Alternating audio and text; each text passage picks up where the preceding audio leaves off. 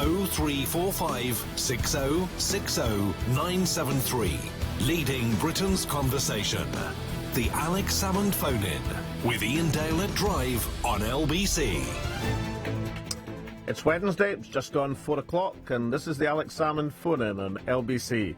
The European debate is now in full swing and tempers are getting frayed. So will the Tory party tear itself apart over Europe yet again? And is the Prime Minister's campaign shaping up as Project Fact or Project Fear? And if you really want scary, then how about the prospect of the Donald as Commander-in-Chief? After Super Tuesday, is Trump now unstoppable for the Republican ticket? A very grim Prime Minister's questions today, but why did the Prime Minister not know that Richard Gere was in the House of Commons yesterday and that British war medals might be made in France?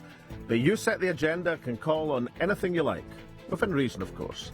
Phone 0345 6060 973 or text 84850 or tweet at LBC or email alec@lbc.co.uk. This is the Alex Salmond phone-in with Ian Dale. LBC, leading Britain's conversation. You're within reason, of course. That's becoming a bit of a catchphrase for you. Did you see the New Statesman review our little programme the other day? I did see it. I didn't pick up. I've got a catchphrase. Oh my goodness! All of my life, but they did I waited say to have a catchphrase. That they thought I should speak a bit more. They said that? Yeah. I don't But enough about that. Let's go to our first caller. Right, our first caller is Stephen in Surbiton. On you go, Stephen. Good afternoon, gents. I'm Mr. Salmond. How are you doing? Hi. I'm doing well. My boss has allowed me 2 minutes to speak to you guys, so we'll try and make it as quick as We've got you on the clock, Stephen. Okay, right. So, first question to Mr. Salmond. If Donald Trump does pull off the unthinkable, will you congratulate him? Secondly, and if he does, what changes, positive and negative, do you think are going to occur as a result? Well, I suppose I congratulate everybody on election victories, but thank goodness he's not Commander-in-Chief just yet, Stephen.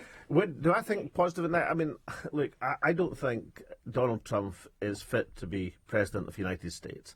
I think, let's put it this way, I think he'd be a very uncertain finger on the nuclear button. I think I'm a bit depressed by the results in America last night, but I don't think it's a given even that he's going to be the Republican nominee. He's heavy favourite now, of course he is, but he actually underperformed some of the opinion poll ratings, and if the other candidates weren't so insipid and useless, then I think he'd be getting more of a run for his money. So I don't think it's a guarantee he'll be Republican nominee. I hope he doesn't, and I certainly hope he's not President of the United States. What do you think yourself? Likewise, I was on the show last night just voicing my concern. I was just flicking through the TV and I came across LBC and it just came up that that LBC were talking about Trump, and I had to get on. It just worries me massively because if you look at the bigger picture and just the facts, the guy is a businessman and for him to jump in to be president, it's like, hold up, there's something not quite right about that. But I've got to say one thing, yeah, I listened to him when he was doing his speech last night, and he's a strong character. You've got to give him that. You saw the change of tack, Stephen, didn't you? That was Well, do you think we're going to see a lot more of that? That now he's almost certain to be the candidate, we're going to see a very different Donald Trump now? Yeah. Well, I'll tell you something, we've had this conversation a number of times over the last few weeks, Ian, and one thing right at the outset I said, look, the people who think he's a buffoon are misreading this entirely. Everything he's done or said he's done for a reason.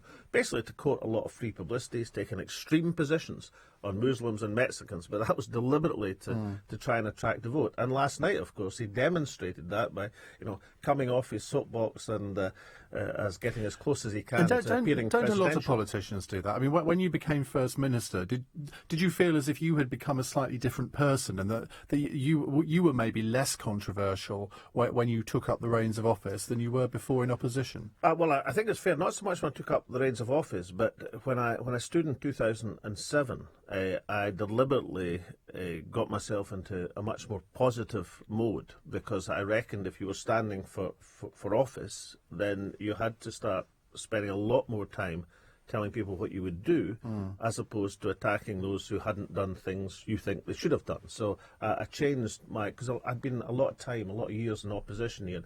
But, I don't mind Donald Trump changing his style. I think that's a good thing. My problem is what he said, about Mexicans, about Muslims. That goes beyond the pale. And this whole thing about Donald Trump, as soon as somebody says no to him, then, well, let's put it this way, the Mr. Hyde part of Donald Trump's character is never far away from the surface. Now, Stephen, you said you discovered LBC on your TV, Sky Channel 0124, Virgin 919, Freeview 732, I think are the numbers. You can, of course, watch us now if you want to, not on Sky TV, on our website, lbc.co.uk. Let's go to Ellie in Croydon, I think, who also wants to talk about Donald Trump. On you go, Ellie. Good afternoon, guys. Hi. On you go. Hi. I just wanted to ask you one question. Are you aware of the donations received by Donald Trump from the KKK? Well, I wasn't aware of the donations, Ellie. There was a report this week which was verified that when Donald Trump was asked if he was comfortable with the support of one of the KKK leaders, the Ku Klux Klan, David Duke, he said, "Oh, I don't know who this Duke is. I like everybody supporting me," or something to that effect. And then, of course, there was a huge hullabaloo when it appeared like he was quite comfortable by being endorsed by the Ku Klux Klan. It was inconceivable that he didn't know who the KKK were, isn't it? I think it is with Donald Trump. I think a lot, there's a lot of things that Donald doesn't actually know. I think out with Scotland, incidentally, which he knows quite well. I think his UK geography is a bit indistinct as well. I seem to remember once thinking he wasn't quite sure where the Western Islands were, where his mother came from, but he's been there since. But nonetheless, I think there's a lot of gaps in Donald's knowledge, and I think it is possible that he wasn't sure who David Duke was. And to be fair, he put out a retraction afterwards. But of course, by then there was plenty of stuff in the social media. What do you think yourself, Ellie? You think he knew or didn't know? I actually happen to disagree, because I actually think that Donald Trump is a smart guy, and he's a businessman, so I feel like he is just taking chances at the moment. And I mean, it's very political to take a stance of not knowing what's going on instead of actually speaking the truth, right? And so you think he was too smart not to know who David Duke was? Incidentally, I don't know if you've been following there's a guy, an English comedian called John Oliver, who's big news in the States, and he's got a programme called Last Week Tonight. Anyway, he's been doing some research into the Donald's biography, and apparently Donald's ancestor, that's on the German rather than the Scottish side, changed his name from Trump from Drumpf. And therefore, John Oliver's launched a campaign playing off on Make America Great Again, is hashtag Make Donald Drumpf Again, which seems to be catching the imagination in the States. If he does win, if he becomes president, do you think the United Kingdom should reassess the so-called special relationship? Oh, I think the special relationship with Donald Trump would take on an entirely new meaning from his perspective. For example, I'm not sure how much I want to consider this prospect, because I do find it terrifying, but he's talked about a 30% levy on imports, and you can actually see that playing as part of the European debate, because would he want to have a 30% levy on all Europeans, or some Europeans, or non-Muslim Europeans, or whatever? But you can see. I suppose TTIP would be in jeopardy then, wouldn't it? I think TTIP would be down the pan, and there'd be a few other acronyms that would go with it. But look, I still believe that the people of the Republic, the great Republic of the United States of America, at the end of the day, are going to take a good look at the Donald and recoil from the prospect of making him president of the United States. Well, a slightly different angle now. Tony's in Liverpool. Tony, what would you like to ask Alex? Good afternoon, lads. Nice to speak to you. Basically, I think we could see a reset in the relations between the States and Russia, because he's made it very clear that he would, specifically, seek out better relations with Putin in particular. And obviously, he has a lot of dealings around the world, particularly in Russia as well, with his own companies. And so, obviously, he comes up with some outlandish statements, shall we say. But you don't make the kind of money he's made and lose it and then make it again. So what's your question, Tony? But the question would be, would the relationship with Russia be on a much more stable and secure footing with Putin under Trump than it is with Obama, which is pretty much non-existent? Well, to be fair, Obama and Putin have been working together for the first time in some time in terms of the Syrian peace accord and the ceasefire that's taking place in Syria at the present moment. But, Tony, I just wonder, I saw the episode where Vladimir Putin gave a kind of semi-endorsement to Donald Trump. And at that stage, I think that Donald was in the mode where he was looking for endorsements from wherever he could get, and therefore was quite pleased at the... I think virtually, and maybe it refers to the last question from Ellie, I think Donald really likes endorsement from whatever source. I'm not sure of what I'm saying, Tony, is that relationship between Vlad and the Donald would stand the test of office if the Donald ever actually got into the White House. Let's move on. I think it would break up. And the next caller is Darren in Hammersmith. On you go, Darren. Good afternoon, Alex. How you doing? Question: if holidaymakers that have got European holidays planned for this summer, do you think that they need to get their euros before the referendum, because there might be a possibility that they might rise? And also, do you think that if we were to leave Europe, do you reckon that European holidays would be subsequently more expensive? Cool, Darren, you're playing into Project Fear there, aren't you? Well, I thought they were some reasonable questions. I mean, Darren, you're on that side of the argument. I'm not. I'm the one who, if I remember correctly, Ian, when I suggested you might be swinging to be an outer, you denied it. And said I don't swing, Alex, you were still, in any sense of the word. You were still sitting on that fence where Boris used to be. But Darren, I think on your first question, what you're basically referring to, we saw a drop in the value of sterling. And if that was to continue, then of course it would be a good idea to buy your euros now, as it were. Yeah. But I think this stuff is heavily overplayed. I'm in the camp who thinks the way to argue for Europe is to concentrate on the positive things that Europe has achieved and the positive things that Europe could achieve with a different attitude. So why do no other politicians on your side of the debate, why don't they agree with you? Because everything you hear from Tory cabinet ministers is from Project Fear, isn't it? Can I cite Angus Robertson's contribution at Prime Minister's Questions today? He actually fed the Prime Minister some lines about being positive. The only one the Prime Minister took up was that Europe had made a contribution to securing the peace since the Second World War. But the other things, when Angus, for example, mentioned he sees as social protections, like the Working Time Directive and various other things, the Prime Minister seemed quite uncomfortable with these, if anything. So I think, honestly, that this case, if you're going to mobilise people, to get them out of their houses and into a polling station to vote for Europe, then you've got to accent either what Europe has done and achieved, not minimise the difficulties and the disarray at the present moment, and start talking about what it could achieve if we put our shoulder to the wheel. I honestly don't believe that Project Fear will motivate people to vote. And now we're going on to our next caller, who is Neha in Ruislip. I beg your pardon. My English geography is as bad as Donald Trump's. It's in West London. Hi. I just wanted to ask, do you think that now, like, all companies should implement the law of women if they're sort of in their cycle to come in, have days off work? Do you think all companies should implement this? Have you seen this story, Alex? There's a company in Bristol that is imposing what they're calling as period leave. So for women who have sort of difficulties at that time of the month, they would say, well, don't come into work. It's actually been a debate we've had on a couple of programmes on LBC over the past couple of weeks, and I mean it's quite a controversial one.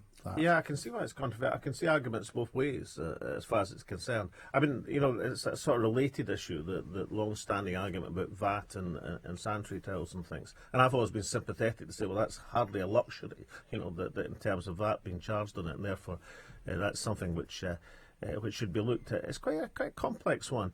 I mean, what do you think yourself, Neha? What's your own opinion on this? Do you think it's a good thing, or do you think it'd be impossible to fine, or would it be very difficult to get every company to do it, and then would create unfairness? So what do you think yourself?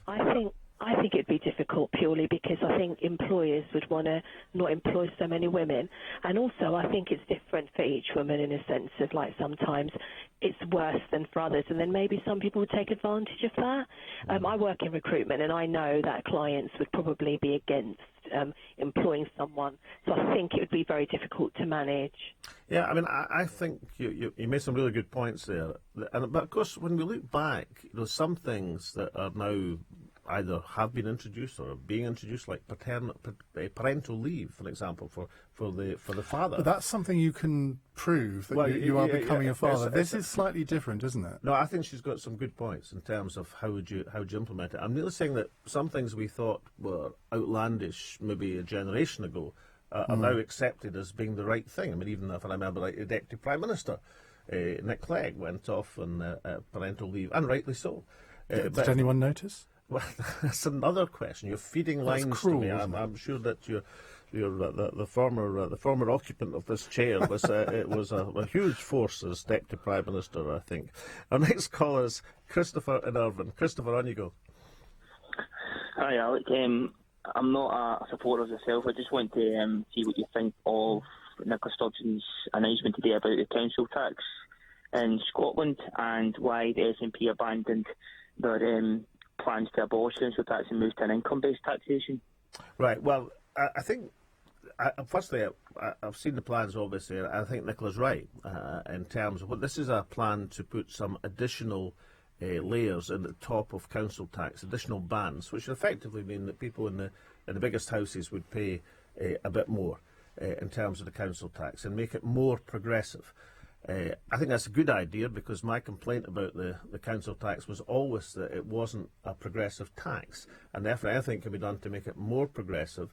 It would strike me as a good idea. And I think, incidentally, I think Nicola's very shrewd here because, of course, this big debate which we've been having, Christopher, in terms of whether a penny across all income taxes is progressive or not, that with the Labour Party's announcement, it's really kind of gazumped if you can actually say, well, here's an increase in taxation, but it's only going to fall on people on the biggest properties. Well, Christopher, what do you think about this policy? Well, from a personal point of view, I don't support it because in Irvine, where I'm from, the property that I've bought is in a new development. Now, this is the reason we've bought here. We've saved up for 3 years and we bought a property in a new development because there wasn't very many houses available elsewhere. So we bought this house. It's a 4-bedroom detached house and it's a Band F property. And all the houses in this area are either Band F or Band E. So automatically we're going to get hit with the council tax rise. Now, by the same token, there'll be people that live in older developments in Irvine which will have the same size of property as me, but because they're older properties, they're Band D, so they won't get a council tax rise, but they probably earn more money than me. In fact, I know for a fact my mum and dad, they live in a house like that, and they earn more money than me. Me and my wife, So, I mean, we work hard, we have a big house. Okay, all right, Christopher, thank you for that. This is a U-turn, isn't it? Or is it Nicola Sturgeon moving away from the Alex Salmond legacy? Because you've criticised council tax over and over again over the last 10 years. Well, I froze the council tax for 8 years running, which saved people across the property ranges in Scotland a huge amount of money for people in an average house. It was a very, very substantial saving over these years, and I did that because it was out of control. I mean, the council tax had effectively doubled in the Tory and Labour years of control, and it had to be brought into order. And of course, we're at a time where people's living standards were under huge pressure because of the recession. I don't think it can be called a U-turn by Nicola. On the contrary, I think she's always staked her flag on being a progressive politician, and this is a progressive move. It's a move to make the council tax more progressive. And I think in the context of where the council tax is now, in the context of an 8-year freeze, I think a lot of folk wouldn't consider that as unreasonable. You as a party have always criticised the council tax as a tax. You've never liked it. So, I mean, it is a bit of a U-turn to actually now say, well, we're not going to freeze it anymore. We're actually going to put it up for a lot of people. Well, but by introducing further bans at the top end of the council tax I've never known anybody who says any taxation increase is a great idea.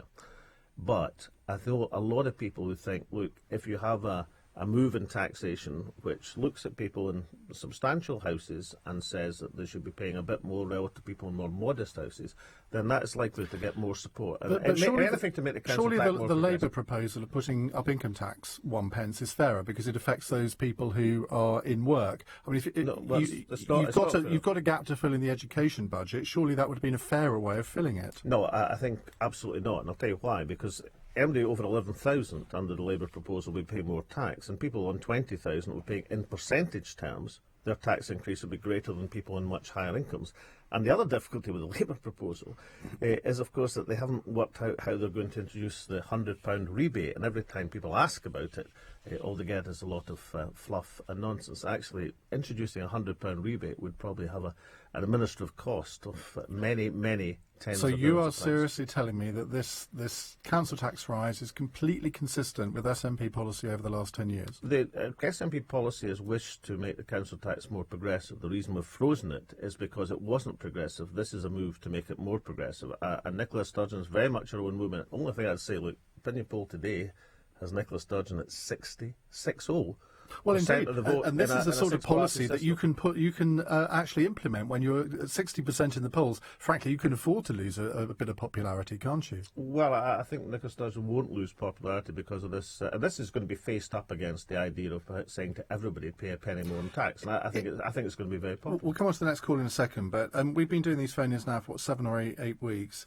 I haven't heard you disagree with Nicola Sturgeon yet. Is there anything that she's done since she became First Minister that you can think, well, actually, I wouldn't have done that? No, I think one of the great duties. There wasn't much point in you standing down then. One of the great duties of being a former First Minister is not to cause difficulties to your successor. I think that's a good law in politics, and the very last thing I would do, because obviously I worked with Nicola for many, many years, is do other than say what everybody in Scotland listening to this knows, and many, many people elsewhere, that she's a formidable social democratic politician who's leading Scotland extremely well. But just one more. So if you actually did disagree with her, you actually wouldn't tell us? Well, I probably wouldn't tell not you. Very straight talking, is it? You promised to come on this programme and do straight talking. I might tell Nicola. Well, our next caller is Lucy in Reigate. Lucy, on you go.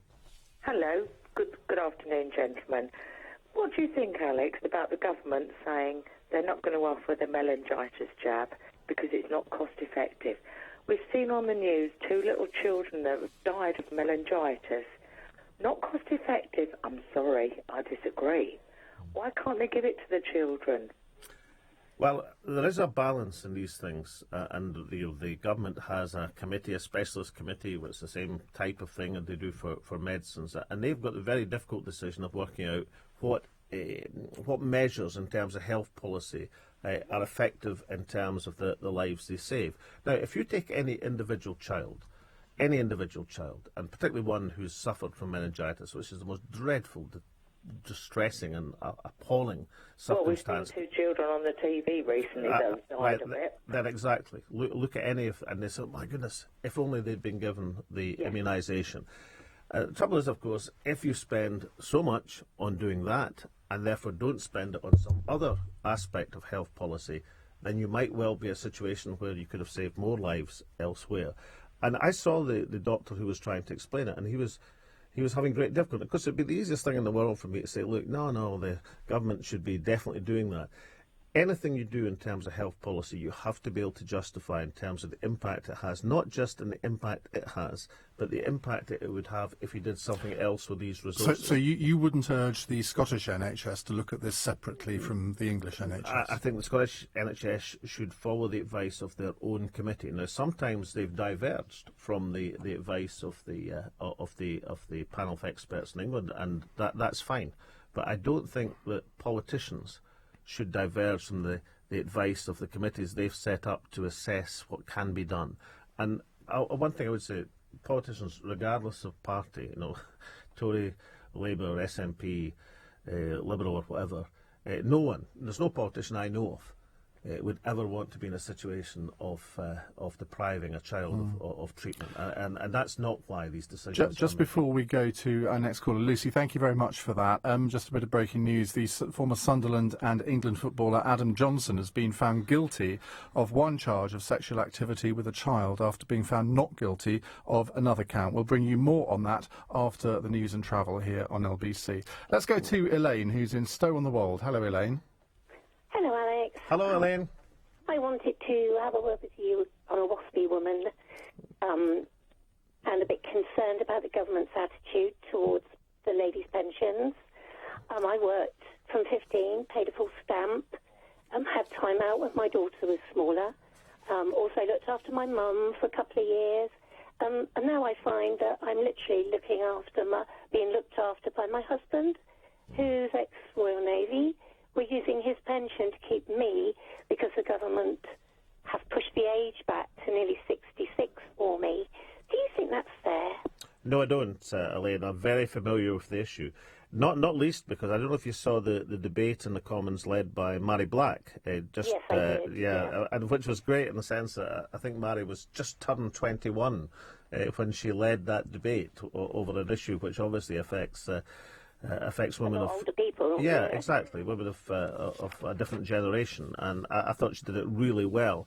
And I thought the government's answers were weak because there didn't seem to be a consistency in their position. And that was when they found out, and it did seem to have been a surprise at some stage in the process, that there was going to be a substantial injustice to a certain category of women.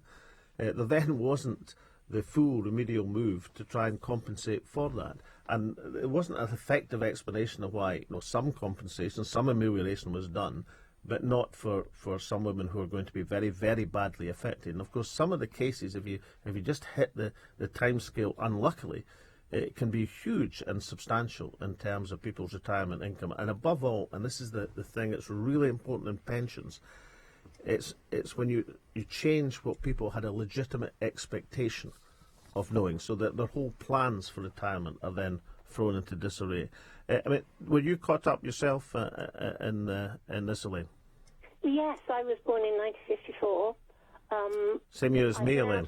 I've been hit double. And it's not just a matter of being hit double either.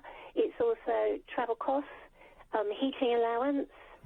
I've got osteoarthritis in my back and in my hands. I've got a few other issues, but that's my main problem. I looked for a job, even a temporary one, over the Christmas period. There's nothing.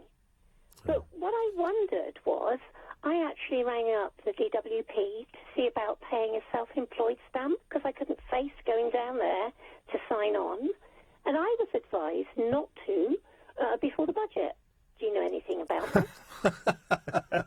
Well, we've only got two weeks to wait to find out about that. I don't know, but I mean, who advised you, Elaine? Just as a matter of interest, quick. I spoke to about self-employed stamps. Right, I know, but who was it said don't wait till after the budget? Who was it actually said that? I wouldn't like to say his name. All right, okay. Well, someone at the DWP. Somebody could have an inside sight into what the chances. Let's hope there's justice. We've only got a couple of minutes left. Let's take a text from Margaret in Bath. We've heard today the creator of Coronation Street has died. Are you a Corrie fan? My granny, rest her soul, that was her favourite programme, and she made an absolute rule that whatever else was happening in the world, and if I remember correctly, President Kennedy's assassination once, that she would watch Coronation Street, whatever else was happening, and she made it an absolute iron rule. You don't watch it? I've not been a great Coronation Street fan. I'm trying to think myself. which character you might be like. Well, Mike Baldwin springs to mind. Well, the trouble I've got with Coronation Street is because I used to watch it with my granny. I mean, Sharples is more familiar to me than any characters from the last 20 years. Okay, great character she was too. Let's go to Suzanne in Maidenhead. Hello, Suzanne. On you go, Suzanne. Oh, hello there. Hiya. Hi. Go ahead. So my question was regarding Katie Price saying that had she known her son was going to be born blind, she would have had an abortion. And does this make her a bad mum or not? Well, I think it's a very, very personal thing, and I think it'd be. I mean, look, I don't know quite what the context was. Well, let me tell you the context. She was, I think, it was on Loose Women, I think, And she did say that, but she went on to say, and I mean, her son Harvey has got many disabilities, and he's not just blind.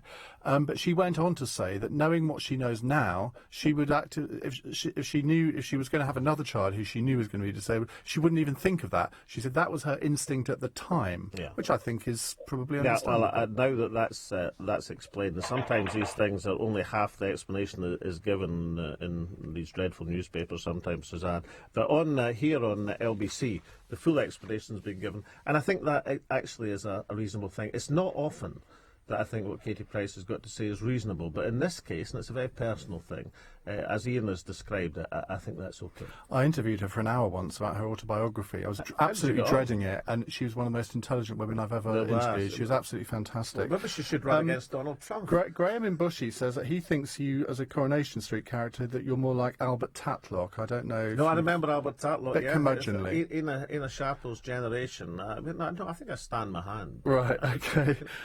Let's take this. Well, in fact, I want to ask you about a book that's being serialised in the Daily Mail this week, Tom Bower's biography of Tony Blair. It's got some quite explosive revelations about Iraq and mass immigration. How much sympathy do you have with Tony Blair?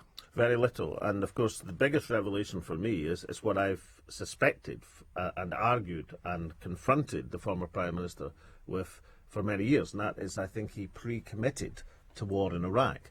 And there can debate, and Tom Bowers actually puts it much earlier than even I had previously thought. I thought he did it in the ranch in Texas to George W. Bush.